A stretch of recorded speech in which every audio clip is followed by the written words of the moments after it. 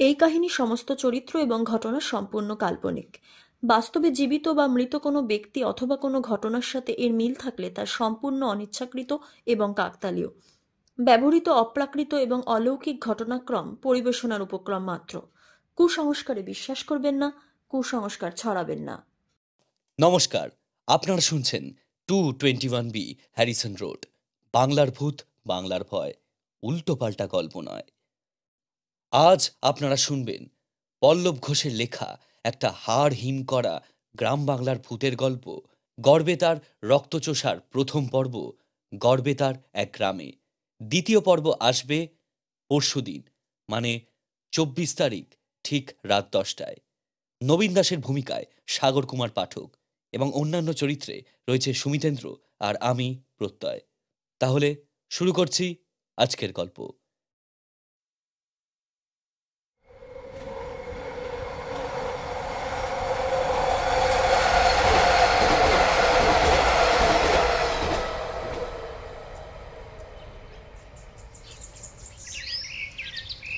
গড়বেতায় যখন ট্রেন থেকে নামলাম, দুপুর গড়িয়ে বিকেল হয়েছে।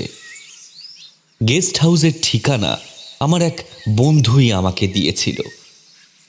অটোয় করে সেখানে যেতে হবে। অটোওয়ালাকে সেটা দেখাতেই মনে হলো যেন একটু বেশি ভাড়া বলছে।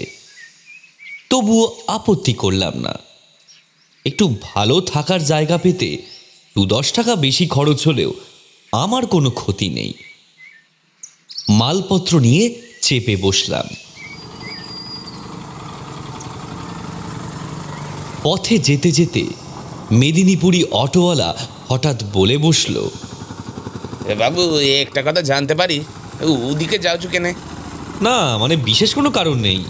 শুনেছি ওই গেস্ট হাউসটা ভালো, মানে মানে নিরিবিলি আর কি। অটোওয়ালা কথাটা শুনে কিছুক্ষণ চুপ করে রইল। আমি বললাম, কেন, কোনো সমস্যা আছে নাকি? মৃদু হেসে অটোওয়ালা বলল, না, ওদিকে খুব একটা লোক যাইছে না, তাই আর কি বটে। তবে সমস্যা নাই, জায়গাটা আমাদের শহরটার একটু দূরে বটে। আমি আর কিছু বললাম না। তবে কেন জানি না মনে হলো অটোওয়ালা কিছু একটা যেন চেপে যাচ্ছে। যাই হোক, আমার থাকা খাওয়ার অসুবিধা হলে সে আগে ভাগেই নিশ্চয়ই বলে দিত। এমনিতেই আমার বরাবরই একটু নিরিবিলি পছন্দ। এসব হইহট্টগোল, মানুষের কোলাহল, ধুলো ধোঁয়াশা কোনো কালেই আমার ভালো লাগেনি। কি কুক্ষণেই যে কলকাতায় জন্মেছিলাম। দূষণের কবলে পড়ে রোগ বাঁধিয়ে বসলাম। ডাক্তার 500 টাকার ওষুধ ঠুকে দিয়ে উপরি খরচা হিসেবে বলে দিল হাওয়া বদল করতে। যদিও আমারও যে কোথাও একটা যাওয়ার ইচ্ছে অনেকদিন থেকেই যে ছিল না, তা কিন্তু নয়। শুধু অফিসের কাজের চাপে পড়ে সময় বেরোচ্ছিল না। এখন ডাক্তারের সুপারিশে সেই বহু মূল্যবান সময় পাওয়া গেছে, তাই বেরিয়ে পড়া।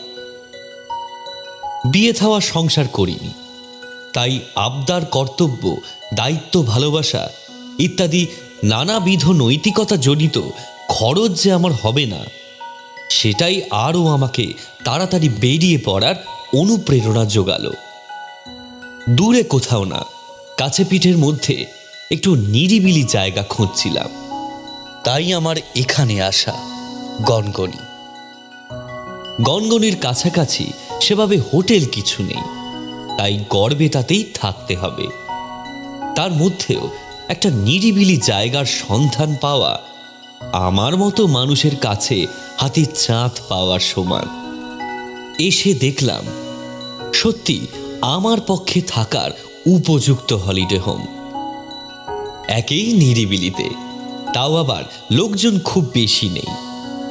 ম্যানেজার নবীন দাস বেশ অমায়িক এবং মিশুকে লোক। হোটেল খুলে ভদ্রলোকের আয় যে খুব একটা হয় না, তা বোঝাই যায়। তবে ওনার হাবভাবে তার বিন্দু মাত্র হীনমন্যতার চোখে পড়ে না। বেশ হাসি খুশি জানালেন, আমার মতো সংসারহীন বিরাগী মনোভাবের মানুষেরাই নাকি এই হোটেল ভাড়া নেয়।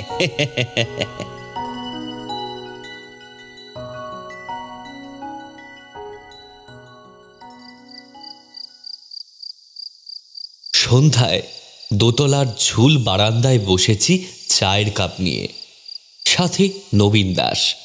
বললাম, আচ্ছা শহর তো এখান থেকে একটু দূর, তাহলে এই হোটেলের সব দরকারি জিনিসপত্র কিংবা এই যে আপনাদের যে ভাড়াটে টুকটাক প্রয়োজনীয় জিনিস থাকে না, সেগুলো কোত্থেকে কেনা হয়? নবীন দাস চায়ে চুমুক দিয়ে বললেন, ফি সপ্তাহে একদিন করে দুটো মালের গাড়ি হোটেল থেকে ছাড়া হয়। যাদের যা দরকার একটা লিস্ট বানিয়ে দিয়ে দেয়, সেই অনুযায়ী মিলিয়ে মাল এনে দেওয়া হয়। এর জন্য কি আপনারা এক্সট্রা চার্জ করেন? একটা পার্টিকুলার লিমিটের মধ্যে থাকলে করি না, সেটার বেশি হলে করতে হয়। তবে আপনার চিন্তা নেই, সংসারীন মানুষদের বেশি কিছু সামগ্রী সাধারণত লাগে না, তারা অল্পেই খুশি। একটু থেমে ভদ্রলোক আবার বলল, এই তো আগের দিন এক ভাড়াটে এসে বলে কিনা ওনার জন্য শ্যাওড়া গাছের ডাল এনে দিতে হবে। এ আবার কীরকম দাবি বলুন দেখি, ও জিনিস পাবো কোথায়? তা ভদ্রলোক বলেন কিনা রাস্তাতেই পেয়ে যাবেন, আপনার ড্রাইভারকে বলবেন নেমে একটা ডাল ভেঙে আনতে। আমি আর কি করি, বোর্ডারের দাবি যখন মেটাতেই হবে। আমি অবাক হয়ে বললাম, শ্যাওড়া গাছের ডাল, আবার সেটা পাওয়া যাবে রাস্তার উপর? আজব তো। চায়ের কাপ নামিয়ে রেখে নবীন দাস বলল, দেখা যাক, গাড়ি কাল যাবে, মালপত্র নিয়ে পরশুদিন ফিরে আসবে। ঠিক ছিল পরদিন সকালে একবার গনগনির উদ্দেশ্যে রওনা দেব। নবীন বাবুকে বলাই ছিল। ভদ্রলোক বললেন কোনো চিন্তা না করতে, গাড়ির ব্যবস্থা উনিই করে দেবেন।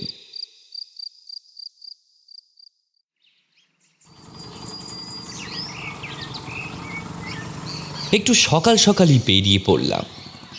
হোটেলের গেটের বাইরে বেরিয়ে দেখি একটা মাঝারি সাইজের ম্যাটাডোর দাঁড়িয়ে। ম্যানেজার নবীন দাস দেখি একটা বছর 25-এর যুবককে হাত পা নেড়ে কিছু একটা বোঝাচ্ছে। লোকটাও মনে হলো সেই কথায় কিরকম যেন বিরক্তি প্রকাশ করছে। আমার গাড়ি তখনও আসেনি। ভাবলাম একটু এগিয়ে দেখি কি অবস্থা। ও নবীন বাবু, আরে কি ব্যাপার, এত সকাল সকাল এত ব্যস্ততা কিসে? আর মশাই গুড মর্নিং। এই দেখুন না, ড্রাইভার রতনকে বলছিলাম ওই শ্যাওড়া গাছের ডালটার কথা। রতন বলল, দেখুন বাবু, জিনিস দোকানে নয় কিনে আনা যায়, তা সে যত দূরেই হোক না কেন, কিন্তু এই চলার পথে শ্যাওড়া গাছের ডাল এখন কোথায় পাবো বলেন তো? আরে চলার পথেই পাবে, এত চিন্তা কিসের? শেষ উক্তিটি এলো পেছন থেকে। আমরা সকলে ঘুরে তাকালাম। দেখি বছর 50-এর এক ভদ্রলোক, মাথায় কাঁচা পাকা চুল, নাকের নিচে চওড়া কালো গোঁফ, মুখে দীর্ঘদিনের না কামানো দাড়ি, আর বেশ বিরাট দশাই চেহারা, পরনে ফুল হাতা শার্ট আর পাজামা। ভদ্রলোক হোটেলের দরজার মুখটায় দাঁড়িয়ে আছেন। ভদ্রলোক বেরিয়ে এলেন বাইরে। মুখের মধ্যে বেশ একটা ব্যাপার রয়েছে, চেহারার সাথে মানানসই গলার স্বরও। তবে সবচেয়ে অদ্ভুত তার দুই চোখের দৃষ্টি। প্রথমটা দেখে মনে হয় যেন নির্জীব নিষ্প্রাণ, কিন্তু একটু ভালো করে লক্ষ্য করলে বোঝা যায় গভীর থেকে সুগভীর গিরিখাত অপেক্ষাও অধিক গভীরতা বিরাজ করছে ওই দুই অক্ষি কোটরে। সেই গভীরতায় যে কি নিহিত রয়েছে তা বোঝাবার উপায় নেই। ভদ্রলোক মৃদু হেসে বললেন, সব পেয়ে যাবে, আমি তো বলছি। আর ম্যানেজার বাবু খদ্দের কিন্তু লক্ষ্মী, তার আবদার এভাবে ফিরিয়ে দিতে নেই, জানেন নিশ্চয়ই। ভদ্রলোকের কথাবার্তার মধ্যে বেশ একটা সম্মোহিনী ভাব রয়েছে। চাইলেও তার কথার উপর না বলার ক্ষমতা যেন কারণ নেই। আর হলো সেটাই। একটু চুপ করে থেকে নবীনবাবু রতনকে বললেন, আচ্ছা ঠিক আছে, তুই যা, বাবু যখন বলছেন পেয়ে যাবি, কিছু অসুবিধা হলে আমি দেখছু। রতনও দেখলাম এবার আর বিশেষ প্রতিবাদ করল না, বাধ্য ছেলের মতো ঘাড় নেড়ে গাড়ি স্টার্ট দিল।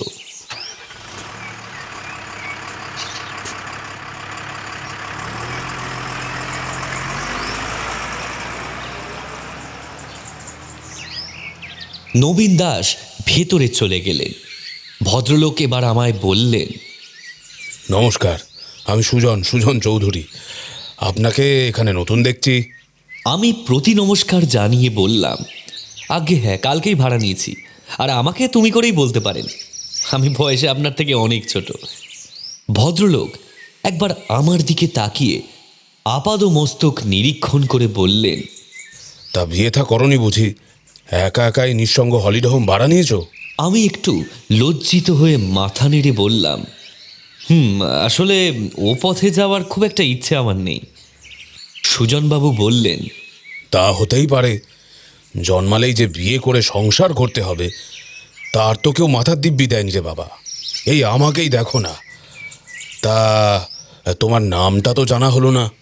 আমি বিপ্লব ঘোষ। পরিচয় পর্ব মিটিয়ে আমি গনগনির উদ্দেশ্যে রওনা দিলাম।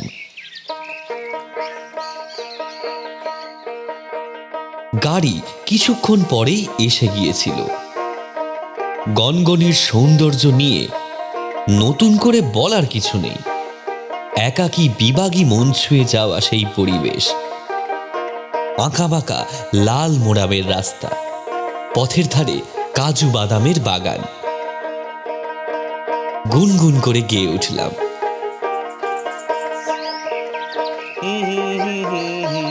গানের সাথে পরিবেশের এমন মেলবন্ধন, নিজের চোখ কান কোনোটাকেই বিশ্বাস করতে পারছি না। মনে হলো গানটা যেন এখানে বসেই লেখা। সত্যি পাশ দিয়ে প্রকৃতির বুক চিরে ঝিরি ঝিরি বাঁকা নদী শিলাবতী বয়ে চলেছে আপন বেগে, একদম শান্তভাবে।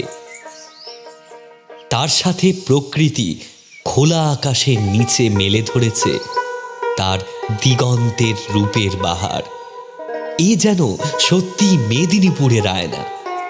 হাঁটু জলা নদীতে ইতিউতি উকি ঝুঁকি মারছে অর্ধ চন্দ্রাকৃতি বালুর চড়া, যেন সত্যি রাজকুমারীর গলায় চন্দ্রাহার।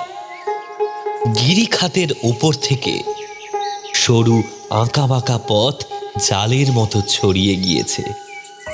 গনগনির রূপ লাবণ্য বুকে বেঁধে যখন ঘরে ফিরলাম, দুপুর হয়ে গিয়েছে। মনটা বেশ হালকা লাগছিল, খিদেও পেয়েছিল খুব। তাড়াতাড়ি স্নান সেরে খাওয়া দাওয়া করে বেশ একটান ঘুম দিলাম।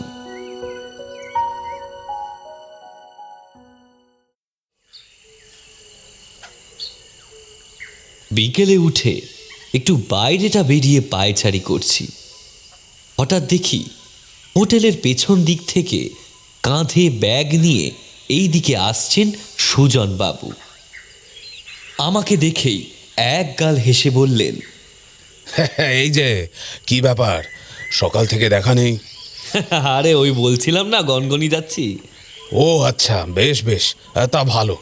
তা আপনি এমন সময় ব্যাগপত্র নিয়ে ওদিকে কোথায়? এই বিশেষ কিছু না, আসলে একটু চা ধূমপানের নেশা আছে তো। তাছাড়া ঘরে সবসময় বসে থাকতে আমারও ভালো লাগে না, তাই ওই দিকটা একটু গিয়েছিলাম। ওদিকে আবার চায়ের দোকান রয়েছে নাকি? আছে বই কি। এই ঢাল বরাবর নেমে কিছুটা গেলেই ছোটোখাটো একটা বাজার মতো পড়ে, তারপরেই একটা গ্রাম। তাই নাকি? তাহলে তো যেতেই হচ্ছে। তবে হ্যাঁ, ওই গ্রামটামে যাওয়ার আগে একটু লোকজনের সাথে কথা কয়ে যাবে। কিসব অপবাদ টপবাদ রয়েছে, সবাইকার যাওয়া নিরাপদ নয়। এতটুকু বলে ভদ্রলোক ভেতরে চলে গেলেন। আমি দেখলাম সূর্য তখনও পুরোপুরি দিগন্তের আড়ালে ঢলতে একটু দেরি আছে। দিনের আলো থাকতে না হয় একবার যাওয়াই যাক।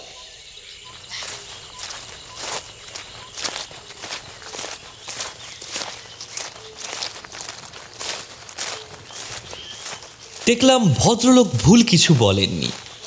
পাহাড়ের ঢাল দিয়ে নেমে কিছুটা গেলেই একটা ছোটোখাটো বাজার। সন্ধ্যার মুখে অনেকেই দোকানপাট গুছিয়ে শেষ বেলায় ঘরে ফেরার তোড়জোড় করছে। কেবল একটা চায়ের দোকানে দেখলাম তখনও দুজন লোক বসে হাতে মাটির ভাঁড় নিয়ে। আমিও এক কাপ চা নিয়ে বসলাম দোকানের সামনে রাখা একটা কাঠের বেঞ্চিতে। দোকানি আমার উদ্দেশ্যে বলল, বাবুকে এখানে নতুন মনে হচ্ছে। হ্যাঁ, এই আর কি, গনগনি ঘোড়ার তালে এসেছি। ওই যে ঢালের ওপর যে হোটেল, ওখানেই আমি আছি। দোকানি মাথা নেড়ে বলল, ঠিকই আন্দাজ করেছিলাম, এই একটু আগেই একজন এসেছিলেন। বুঝলাম দোকানি সুজন বাবুর কথা বলছে। বললাম, এই বাজার পেরিয়ে নাকি একটা গ্রাম পড়ে, সে কথা আগে তো শুনিনি। এবার উত্তরটা এলো সামনে থেকে। সামনের বেঞ্চিতে বসে থাকা দুই ভদ্রলোকের একজন বললেন, আপনি যে শুনেছেন এটাই অনেক। গ্রাম তো এখন ডুবতে বসেছে মশাই। সে কি, কেন? আরে কেন মশাই, বড় বড় নেতা মন্ত্রীর দল শুধু এসে ভাষণ দিতেই ব্যস্ত। উন্নয়ন যে কোথায় হচ্ছে কেউ দেখতেও পাচ্ছে না। কথাটা মন্দ বলেননি। আজকালকার সমাজ শুধু এ দল ও দলকে দোষারোপ করতেই ব্যস্ত। মানুষের জন্য ভালো কাজ আর কেই বা করছে। বললাম, তাহলে আপনাদের গ্রাম তো একবার ঘুরে দেখতে হচ্ছে। এবার একটা অদ্ভুত ব্যাপার হলো। চায়ের দোকানে উপস্থিত সকলে আমার দিকে এমনভাবে তাকালো যেন আমি খুব অপরাধজনক কিছু বলে ফেলেছি। কিছুক্ষণ পর দোকানি গলার স্বর নামিয়ে বলল, গ্রামের খবর আপনি জানেন না, তাই এ কথা বলছেন।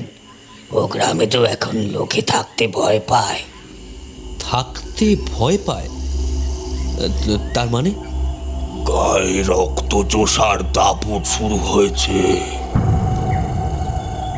বলল সামনের লোকটা। আমি কি বলবো না বলবো ভেবে কিছুক্ষণ ফ্যাল ফ্যাল করে তাদের দিকে তাকিয়ে রইলাম। তারপর এক নিঃশ্বাসে চা শেষ করে বললাম, রক্তচোষা মানে? ঠিক বুঝলাম না। ওদিকে সূর্য ধীরে ধীরে পশ্চিম আকাশে ঢলে পড়েছে। নির্মেঘ আকাশে তার আভা দেখে বৈশাখের পাকা আমের কথা মনে পড়ে। অনেকক্ষণ থেকেই একটা চিল বিকট শব্দ করতে করতে দোকানের চালের উপর ঘোরাফেরা করছে। দোকানি বলল, বাবু, রক্তচোষা সে কে কি তা আমরা কেউই দেখিনি। শুধু যেটা দেখেছু সেটা হলো লাশ, একের পর এক রক্ত শূন্য লাশ। রাতের অন্ধকারে কে যে তাদের রক্ত চুষে খেয়েছে তা কেউ জানে না। শরীরে এক ফোঁটাও রক্ত থাকে না, যেটা থাকে সেটা শুধু ছিবড়ে সাদা শরীরটা। ইতিমধ্যেই গ্রামের 4-5টা লাশ পড়ে গিয়েছে। হঠাৎ করেই এসব শুরু, কিন্তু কবে যে শেষ হবে কেউই জানে না। এরপর যে কার পালা। রাতে তো লোকে একা বাড়ির বাইরে বেরোতেও ভয় পায়। তা কেউ কি পুলিশের দ্বারস্থ হননি? এবার সামনের লোকটা ম্লান হেসে বলল, পুলিশ ওসব আইন কানুন বড় লোকেদের জন্য বাবু। পুলিশ যে চেষ্টা একদম করেনি তা নয়। প্রথমটা একটু হম্বেতম্বি করলেও কিছু কায়দা করে উঠতে পারেনি। রক্তচোষা বাদুর জাতীয় কিছু? বলেন কি, একটা চিমড়ে বাদুর কিনার রক্ত চুষে একটা আস্ত মানুষের লাশ ফেলে দিবে? আমার এখানে আর কি বা বলার থাকে। এমনিতে গ্রামে ঘরে লোকেদের মধ্যে একটা আধটা অন্ধবিশ্বাস কুসংস্কার থাকে, কিন্তু যেখানে একের পর এক মানুষের লাশ পড়েছে সেখানে সেটা নিছক কুসংস্কারের মধ্যে ফেলাটা যুক্তিযুক্ত হবে না। হলিডে হোমে যখন ফিরলাম সন্ধ্যা হয়ে গিয়েছে। রাতে ম্যানেজার নবীনকে এই ব্যাপারে জিজ্ঞাসা করতেই তিনি বললেন, ওদিকের খবরেও তো কান দিবেন না। ওতে ঝামেলায় শুধু শুধু নিজেকে জড়িয়ে লাভ কি বলেন? ঘুরতে এসেছেন, শান্তিতে ঘুরেন।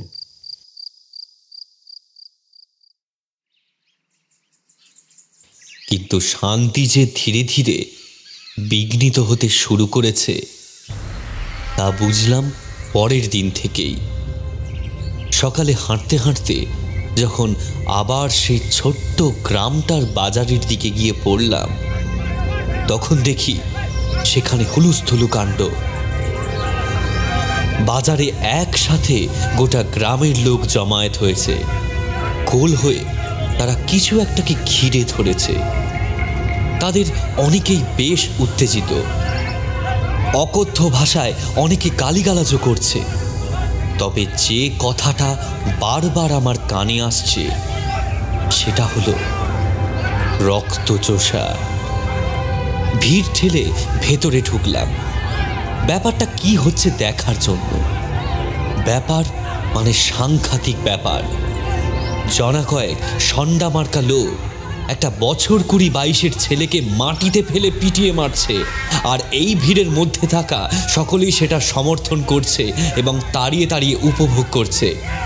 বেচারা ছেলেটা ততক্ষণে আধ মরা হয়ে মাটিতে লুটিয়ে পড়েছে, মাথা ফেটে রক্তে গোটা মুখ গা মাখামাখি। মোটা মোটা বাঁশের ঘায়ে শরীরের একটা হাড়ও আস্ত আছে বলে মনে হলো না। নাক মুখ সব ফেটে গিয়েছে। আমার মাথা রীতিমতো ঘুরে যাবার জোগাড় এই দৃশ্য দেখে। চেঁচিয়ে উঠলাম, আরে করছেনটা কি?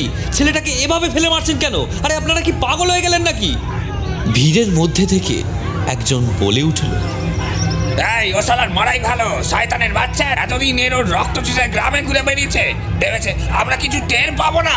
মার ওকে। চুপ! একদম উল্টোপাল্টা বকলে টেনে নিয়ে জেলের ঘানি টানাবো। এতটুকু একটা ছেলে কিনা রক্ত চুষে খায়? কি সবার মাথা খারাপ হয়ে গেল নাকি? শুনুন শুনুন, ছেলেটাকে হাসপাতালে নিয়ে যেতে হবে। কি অবস্থা বেচারার! আরে আপনারা কি মানুষ? আমি ঝুঁকে ছেলেটাকে তুলতে যাব, একটা শক্ত হাত এসে টেনে আমাকে তুলে নিল। ঘুরে দেখি আগের দিনের সেই চাওয়ালা। বলল, বাবু ওর কাছে যাবেন না, ওটা এখন আহত বাঘ, বাঘে পেলেই মরণ কামড় দেবে। তার মানে? আমরা ফালতু কারণে আমাদের গ্রামের ছেলেকে কেনই বা মারবো বলুন? এতগুলো লোক সাক্ষী, ও রক্তচোষা, ও বেঁচে থাকলে গ্রামকে গ্রাম উজাড় করে দিবে।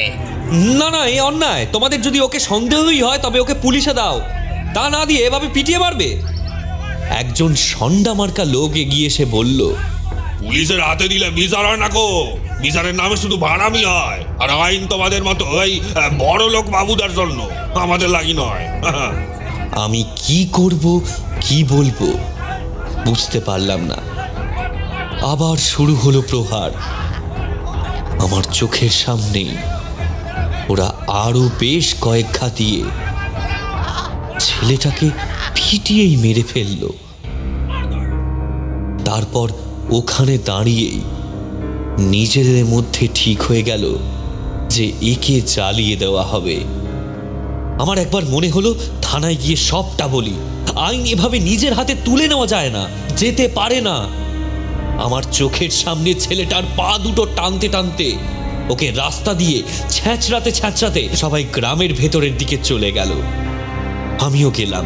সত্যি সত্যি ওরা একটা ধান কাটা ফাঁকা ক্ষেত জমিতে ডিজেল ঢেলে ওর শরীরটা পুড়িয়ে দিল। সেদিন সারা দিনটা একদমই ভালো কাটল না। চোখের সামনে এরকম একটা ঘটনা দেখার পর কারোরই মন ভালো থাকে না। বাকি দিনটা ঘরে বসেই রইলাম। মনে মনে স্থির করেছিলাম, আর নয়, এখানে চাপ মুক্ত হতে এসে দেখছি উটকো চিন্তা আমার মাথায় চড়ে বসছে। 2-1 দিনের মধ্যেই তল্পিতল্পা গুটিয়ে বিদায় নিতে হবে।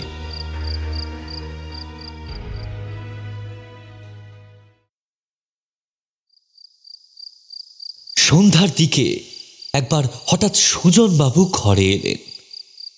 ভদ্রলোকের সাথে একটু আলাপ পরিচয় হলো। ঘটনাটা বললাম। শুনেই উনি মাথা নেড়ে বললেন, এতে কি সমস্যা মিটে যাবে বলে তুমি মনে করো?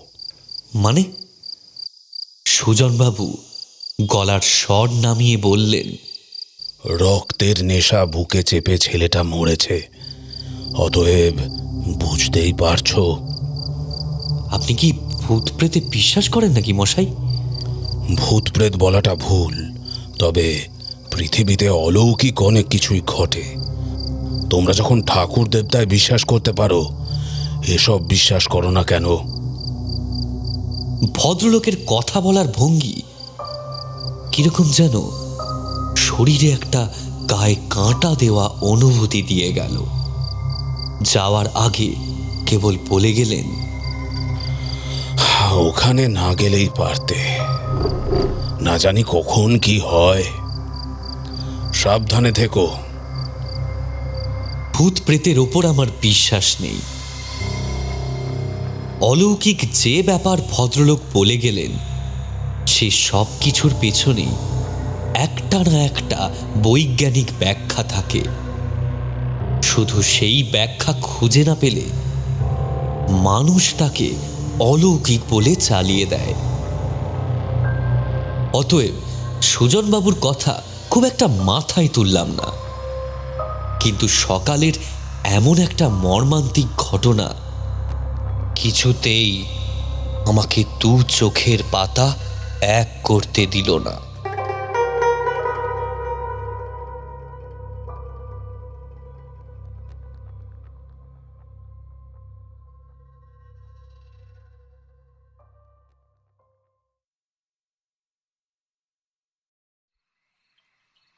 আসুন বসুন, কেমন আছেন বলুন।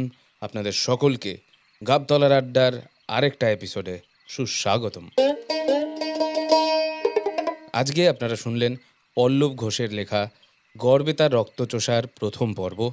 গল্পটা কেমন লাগলো নিশ্চয়ই আপনারা চিঠি লিখে জানাবেন আমাদের। গাবতলা এখানে ওই কমেন্ট আপনারা কী সব বলেন করা যায় না, খালি চিঠি লিখে জানাবেন ছোট্ট ছোট্ট করে, আর আমরা সেগুলো পড়ব। দেরি না করে দেখি লোকে কে কী চিঠিতে পাঠিয়েছে। দ্য মেকিং অফ গোল্ড 2306 বলছে, তালদিঘি বাংলার ভূতের গল্প সব কিছু শুনেছি। দাদা, আমার একটা অনুরোধ যে আমার গ্রামটা নিয়ে একটা গল্প তৈরি করুন, তাহলে আমার খুব ভালো লাগবে। আমার বাড়ি হুগলির মুন্ডালিকায়। ভালো থাকবেন। আচ্ছা, তোমার নামটা এখানে মেনশন করাটা খুব দরকার ছিল এই কমেন্টটাতে, তাহলে আর কি সুন্দর করে কথা বলা যেত। তা একটা কথা বলি যে প্লিজ, আমরা নিশ্চয়ই তোমার গ্রাম নিয়ে গল্প করতে পারি, কিন্তু সেটার জন্য তোমাদের গ্রামটাকে একটু দেখতে হবে। সেই গ্রামে গিয়ে থাকতে পারলে খুবই ভালো হতো, বাট সেটা যদি নাও পারি, তুমি চেষ্টা করো যে আমাদের ইমেল আইডি আছে submit.221b@gmail.com বা 221bpublic@gmail.com, এই দুটোতে তোমার গ্রামের, তোমার আশেপাশের বাড়ির আশেপাশের চারদিকের ফটো এগুলো একটু পাঠিয়ে দিও। এগুলো দেখলে অনেক ইন্সপিরেশন পাওয়া যায়। বা তোমার গ্রামের ব্যাপারে স্পেশাল যদি কিছু থাকে, কোনো মেনশন করার মতো জায়গা বা এরকম কিছু, বা তোমার কীরকম ফিলিং তোমার জায়গাটাকে নিয়ে, তোমার জন্মস্থান নিয়ে, সেই বিষয়গুলো একটু সবিস্তারে জানালে এই নিয়ে গল্প তৈরি করতে আমাদের সুবিধা হবে। নিশ্চয়ই করব। এবং তুমি যদি এটা পাঠাতে পারো আমাদেরকে অ্যালং উইথ ফটোজ, ভালো ভালো জায়গাটার ডেসক্রিপশন দিয়ে, তাহলে আমরা নিশ্চয়ই করতে পারি। কিন্তু ITZMILOTA, ইটস মিলোটা, আই গেস, তাই তো হচ্ছে নাকি? বলছে, ভাইয়া বর্তমানে এখন ঠান্ডার দিন, তা কুয়াশা নিয়ে যদি একটা গল্প লিখতেন, হয়তো সেই গল্পটা ভালো লাগতো। ঠান্ডার দিনে কুয়াশার গল্প জমে যেত। আমরা এখন যে গল্পগুলো করছি, যদি শুনে থাকো দেখবে প্রত্যেক কটাই কিন্তু শীতকালের ফ্লেভার নিয়ে গল্পগুলো লেখা। হ্যাঁ, তা সেটাই আমরা আনার চেষ্টা করছি, সেটাই করছি। হ্যাঁ, টাইটেলে হয়তো ডিরেক্টলি থাকছে না, কিন্তু তোমরা গল্পগুলো ভালো করে শুনো, তার মধ্যে কিন্তু ওই ব্যাপারগুলো আছে। হ্যাঁ, থ্যাংক ইউ ফর কমেন্টিং, খুব ভালো থেকো। ওয়ান্ডারার কমিউনিটি আমাদের মেম্বার, অনেক দিন পর তার কমেন্টটা পেলাম। বলছে অঘোর ডোমের কনসেপ্টটা খুব ভালো। এই কমেন্টটা পড়েছে জাস্ট আমাদের আগের গল্প গেঁওখালির শ্মশানের ডোম, এই গল্পটাতে। Thank you so much. আশা করি খুব ভালো আছো। খুব ভালো লাগলো অনেক দিন পর কমেন্টটা পড়ে। অভিন্যা সিংহ রয় 5832 আমাদের মেম্বার, বলছে অনেক অনেক ভালোবাসা আর আশীর্বাদ ছোট্ট অঙ্কিতার জন্য। সত্যি বলতে বেশ চমকে উঠেছিলাম ওর গলাটা শুনে। একরত্তি মেয়েটার কনফিডেন্স নিয়ে কথা বলার মতো কনফিডেন্স আমার নেই। বেশ কয়েকবার ইন্ট্রো শুনেছি, ভীষণ ভালো লাগলো। অপেক্ষায় রইলাম আবারও ওর থেকে কিছু শোনার জন্য। নিশ্চয়ই অঙ্কিতাকে আমরা আবার নিয়ে আসবো তোমাদের সবার সামনে, এবং অঙ্কিতা হয়তো কোনো দিন আমাদের গল্পেও পাঠ করবে এবং তোমাদের সাথে কথাবার্তাও বলবে। সবার এটা খুব ভালো লেগেছে, তো এইটা করার খুব চেষ্টা করবো আমরা তাড়াতাড়ি। আমাদের মেম্বার অঙ্কন 126 বলছে, তোমরা কয়েকদিন আগে অনেক কম কম গল্প আপলোড করছিলে বলে অন্য কয়েকটা audio story channel check out করছিলাম, বাট সব দেখার পর বুঝলাম you guys are the best. Thank you so much Ankan, really means a lot. মানে সবাই এক জায়গায় কাজ করছি এখানে, আমি কারোর থেকে বলছি না যে কারোরটা খুব বাজে কারোরটা খুব ভালো। এটা সত্যিই খুব ভালো লাগে যে আমাদের গল্প যারা শুনছেন, আমাদের যারা অডিয়েন্স, তাদের আমাদের কাজটা অত্যন্ত পছন্দের, তার মানে আমরা তাদের মনটা জয় করতে পারছি। ব্যাস এইটুকুই একটা বিশাল বড় প্রাপ্তি। আমাদের মেম্বার আই এম ইয়াসু বলছে, গল্পটা ইয়েস্টারডে থেকে 3-4বার অ্যাটেম্প্ট নিয়েও শুনে উঠতে পারিনি, এইমাত্র শুনলাম ট্রাভেল করতে করতে। এত সুন্দর গল্প আর একটা মেসেজ তুলে ধরা হয়েছে এই গল্পটার মধ্যে, খুব ভালো লাগলো। Thanks to the team. এই মন্তব্যটা আই এম ইস্যু করেছে খালপোতা গ্রামের অভিশাপ এই গল্পটার ব্যাপারে। গল্পটা কয়েকদিন আগেই বেরিয়েছে, যারা শোনোনি তাদের কাছে একটা অনুরোধ রইল গল্পটা গিয়ে শোনার। দেবশ্রীদির লেখা গল্প, খুবই ভালো গল্প। একটা পুরনো জমিদার বাড়ি, তার মধ্যে একটা অভিশাপ, বলবো না, ডিটেলসটা বলে দিলে কিন্তু স্পয়েল হয়ে যাবে, কিন্তু বেশ টান টান উত্তেজনা আর একটা খুব সুন্দর ব্যাক স্টোরি নিয়ে ডেভেলপ করা একটা গল্প। সবাইকে রিকোয়েস্ট করবো শোনার জন্য এবং শুনে কমেন্ট করার জন্য। আমি রানা 2004 বলছে, খুব সুন্দর হয়েছে দাদা, আমি বারাসাত থেকে বলছি। আমি আপনাদের গল্প ছাড়া আর কোনো গল্প শুনি না, আর ভালো লাগে না অন্য পেজের গল্প। আমি একজন গার্মেন্টের কাজ করা মানুষ, রোজ আমি গল্প শুনি আর কাজ করি। খুব সুন্দর হয় আপনাদের গল্পগুলো। অনেক শুভেচ্ছা জানালাম আপনাদেরকে এত সুন্দর গল্প শোনাবার জন্য। Thank you so much, thank you so much. আপনিও খুব ভালো থাকবেন, আমাদের গল্পগুলো শুনতে থাকবেন। থ্যাংক ইউ এত বড় একটা কথা বলার জন্য, যে আমাদের গল্প ছাড়া আর কারোর গল্প শোনেন না। এটা কিন্তু আমাদের কাছে একটা বিশাল বড় পাওনা। মানে কী বলে বোঝাবো, এটা আই হ্যাভ নো ওয়ার্ডস, মানে আমি বলে বোঝাতে পারবো না। তবে আমি রেকমেন্ড করবো মাঝে মধ্যে একটু নিজের লিটারেচারের, বাংলা সাহিত্যের ওপর যে এক্সপোজারটা আছে সেটাও একটু বাড়ানোর, একটু ভালো ভালো ক্লাসিক্স শোনা। অ্যাটলিস্ট বিভূতিভূষণ বন্দ্যোপাধ্যায়, রবীন্দ্রনাথ ঠাকুর, শরৎচন্দ্র, আরও মানে নাম নিলে তো শেষ হবে না আমাদের বাংলার জগতে, বাংলার লেখার জগতে। তো তাদের গল্পগুলো শুনতে কিন্তু আমি অবভিয়াসলি রেকমেন্ড করব। কমেন্ট করেছে বাংলাদেশ থেকে Mehnaz Jafrin, mind blowing, just একেবারে গল্পে হারিয়ে গেলাম। All the best for the future, এমনই গল্প প্রতিবার শুনতে চাই। কমেন্টটা মেহনাজ করেছে বর্ধমানের সেই বাড়িটা দেবশ্রীদির লেখার একটা গল্পে। Thank you so much Mehnaz, and we'd like to let you know that আমরা তোমার মেলটা পেয়েছি, আমরা রিসিভ করেছি। আমাদের একটু সময় লাগে এই কাজগুলো করতে, কারণ অনেকগুলো কাজের মধ্যে দিয়ে, অনেকগুলো প্রসেসের মধ্যে দিয়ে যেতে হয়, বাট আমি কিছুটা শুরুটা পড়েছি এবং ভালো লেগেছে। So please stay in touch, আমরা খুব তাড়াতাড়ি তোমাকে মেলে রিপ্লাই করছি।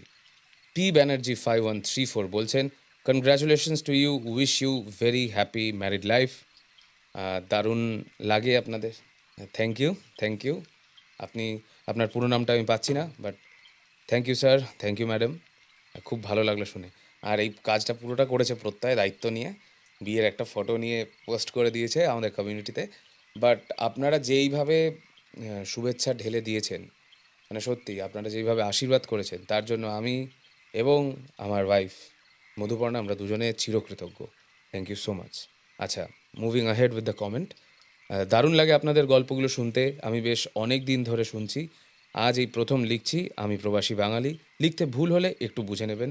All the best to the team. লিখতে ভুল হলে কিছু বোঝার নেই, কোনো অসুবিধা নেই। এটা কোনো মানে ফর্মাল জায়গা নয়, জাস্ট আড্ডা মারছি, যেরকম ইচ্ছা লিখুন, খালি প্রপারলি জাস্ট কমিউনিকেট করলেই হলো এরকমভাবে আমাদের সাথে, খুব ভালো লাগে। Thank you so much. Jennifer Lawrence 8236 comment করেছে, গতকাল থেকে এই চ্যানেলের গল্পগুলো শোনা শুরু করলাম, খুব ভালো লাগছে, আমি বাংলাদেশ থেকে শুনছি, অনেক অনেক শুভকামনা আর ভালোবাসা। Welcome to 221 B Harrison Road. আপনি যখন একবার আমাদের চ্যানেলে ইন্ট্রোডিউসড হয়ে গেছেন, আশা করি আমাদের অনেক অনেক কাজ আপনাদের আপনারা আবার দেখেছি খুব বলেন না, আপনারা বলেন অনেক অনেক ভালো লাগবে। তো আশা করি আমাদের কাজগুলো আপনাদের অনেক ভালো লাগবে। শুনতে থাকবেন 221 বি হ্যারিসন রোড, এরকমভাবে কমেন্ট করবেন, কি ভালো লাগলো জানাবেন, কি পছন্দ হলো না সেটাও জানাবেন, খালি কমেন্ট করবেন বেশি বেশি করে। রাকেশ সাধক বলছে, দাদা বিয়েতে ইনভাইট করলে না, ভেরি সরি ভাই, কি করব, গরিব মানুষ, বুঝতেই পারছো টাকা পয়সার টান, পকেট ঘরের মাঠ। যাই হোক, আর বলছি দাদা, মানে কমেন্টটা পড়ছি, আর বলছি দাদা ডানকুনি নিয়ে একটা ভিডিও করো প্লিজ। ডানকুনি নিয়ে সাগরবাবু, মানে সাগর কুমার পাঠক, আমাদের লেখক, উনি একটা গল্প লিখেছেন এবং সেই গল্পটা খুব তাড়াতাড়ি আমরা করব। Oh by the way, a very big announcement. আমাদের প্রিয় লেখক সাগর কুমার পাঠক, ওনার বই ভয়ের মুখোশ জাস্ট লঞ্চ হয়েছে কলকাতা জেলা বইমেলায়। বইটা যদি সংগ্রহ করতে যান তাহলে ডিরেক্টলি নিচে কমেন্ট করুন, আমরা সেখানে কন্ট্যাক্ট ডিটেলস দিয়ে দেব এবং বইটা বইমেলাতেও, কলকাতা বইমেলাতেও পাওয়া যাবে ডেফিনেটলি। কিন্তু কথোপকথন প্রোডাকশনের স্টল থেকে সেটা কালেক্ট করতে ভুলবেন না। আচ্ছা, আজকের আড্ডার সেশনটা বেশিক্ষণ টানতে পারছি না, কারণ একটু বেরোতে হবে, একটু কাজ আছে। কিন্তু তার আগে খুব ইম্পর্ট্যান্ট একটা কথা তোমাদের সবাইকে বলতে চাই এবং স্পেশালি আমাদের মেম্বারদের একজনকে বলতে চাই। সুমনা রয় আমাদের বহুদিনের মেম্বার এবং তিনি হচ্ছেন আমাদের টিয়ার 1 মেম্বার, মানে গাবতলা সার্বজনীন যেই লেভেলটা আছে সেই লেভেলের মেম্বার। আপনার কাছে রিকোয়েস্ট ছিল, আপনি যদি এই গল্পটা শুনে থাকেন বা এই আড্ডাটা জয়েন করে থাকেন তাহলে kindly as soon as possible আমাদের সাথে ইমেল মারফত যোগাযোগ করুন। আপনার মেম্বারশিপটা অলমোস্ট 6 মান্থস হয়ে গেল এবং 6 মান্থস কমপ্লিট হলে সবথেকে হায়েস্ট টিয়ারে আমাদের একটা রিওয়ার্ড আছে, সেই রিওয়ার্ডটা আমরা আপনাকে পাঠাতে চাই। তো সেটার জন্য আপনার কন্ট্যাক্ট ডিটেলস এবং অ্যাড্রেস ডিটেলসটা আমাদের দরকার। আমাদের ইমেল আইডি হলো 221bpublic@gmail.com, দ্যাট ইজ 221bpublic@gmail.com। ঠিক আছে, ডেফিনেটলি কিন্তু যোগাযোগ করবেন, কারণ আপনার জন্য আমরা প্যাকেজটা অলমোস্ট রেডি করে ফেলেছি।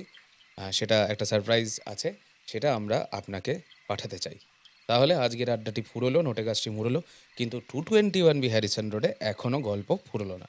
দেখা হচ্ছে খুব তাড়াতাড়ি গর্বে তার রক্তচোষার পরের পর্ব নিয়ে। Till then stay tuned and keep listening to 221B Harrison Road. বাংলার ভূত, বাংলার ভয়, উল্টো পাল্টা গল্প নয়।